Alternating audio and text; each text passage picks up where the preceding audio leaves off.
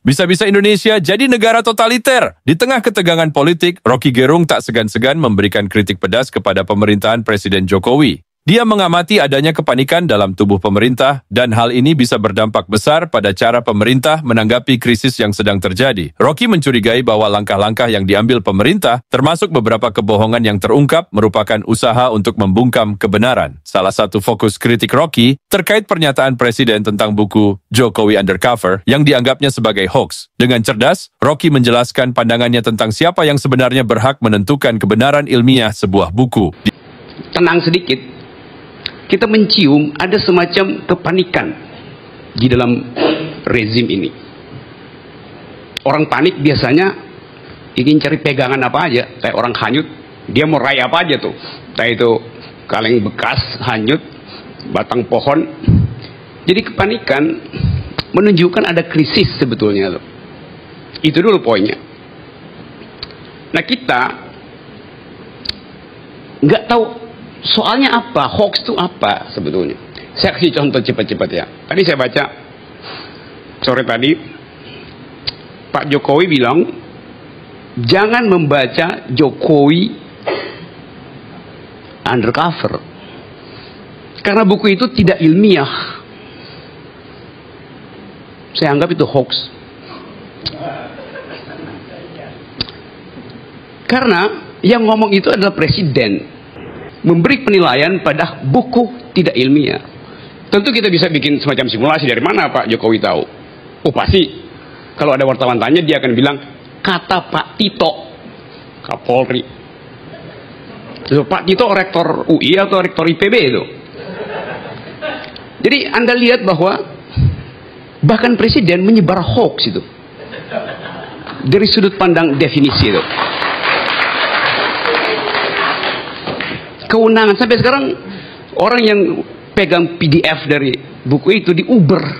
Loh itu buku itu nggak pernah dilarang. Kalau dilarang dasarnya apa? Berbahaya secara ideologis.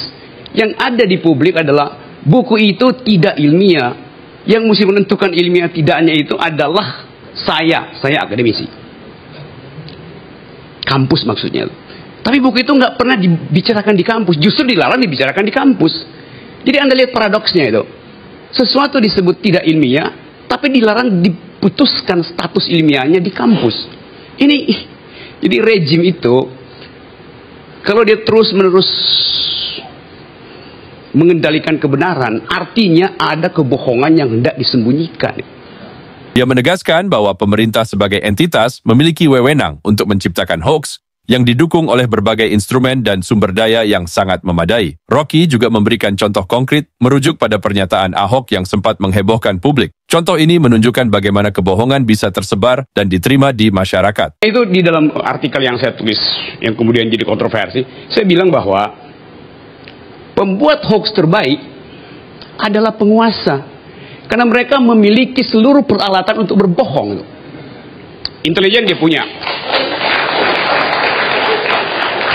Data statistik dia punya, media dia punya. Orang marah, tapi ya itu faktanya. Bahwa hanya pemerintah yang mampu berbohong secara sempurna. Saya nggak ingin dia berbohong, tapi potensially dia bisa lakukan itu. Saya kasih contoh cepat-cepat bagaimana statistik berbohong. Kemarin di dalam debat Pilgub DKI, Pak Ahok bilang begini, saya baca tadi di media. Jakarta Human Development Index-nya tertinggi se-Indonesia 2 tahun berturut-turut. Oleh karena itu dia dapat award 4 kali. Sebagai fakta benar, tetapi sebagai pesan politik itu adalah hoax. Karena nggak ada gunanya menyebut itu.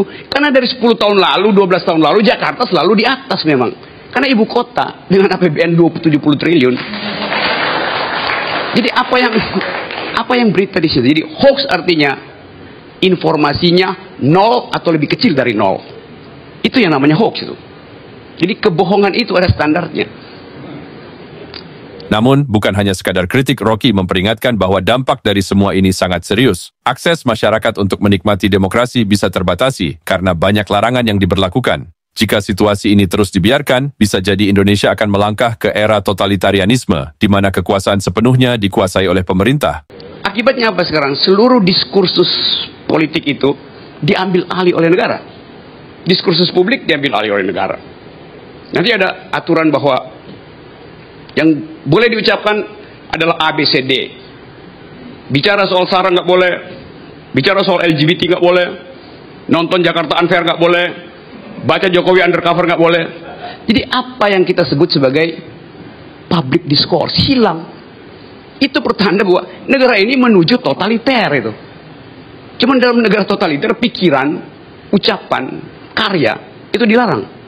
Tentu Anda bisa bilang bahwa oh ya ini demi kemaslahatan bangsa, demi etika, demi moral. Pemerintah berbaik hati untuk merawat opini publik. Kita nggak ingin hidup dalam keadaan semacam itu. Dan sekarang ada semacam gairah untuk memberantas hoax. Tapi pada yang sama kita mengumpankan seluruh kemewahan kita dengan demokrasi pada pengendalian negara. Itu yang saya tentang tuh. Terima kasih.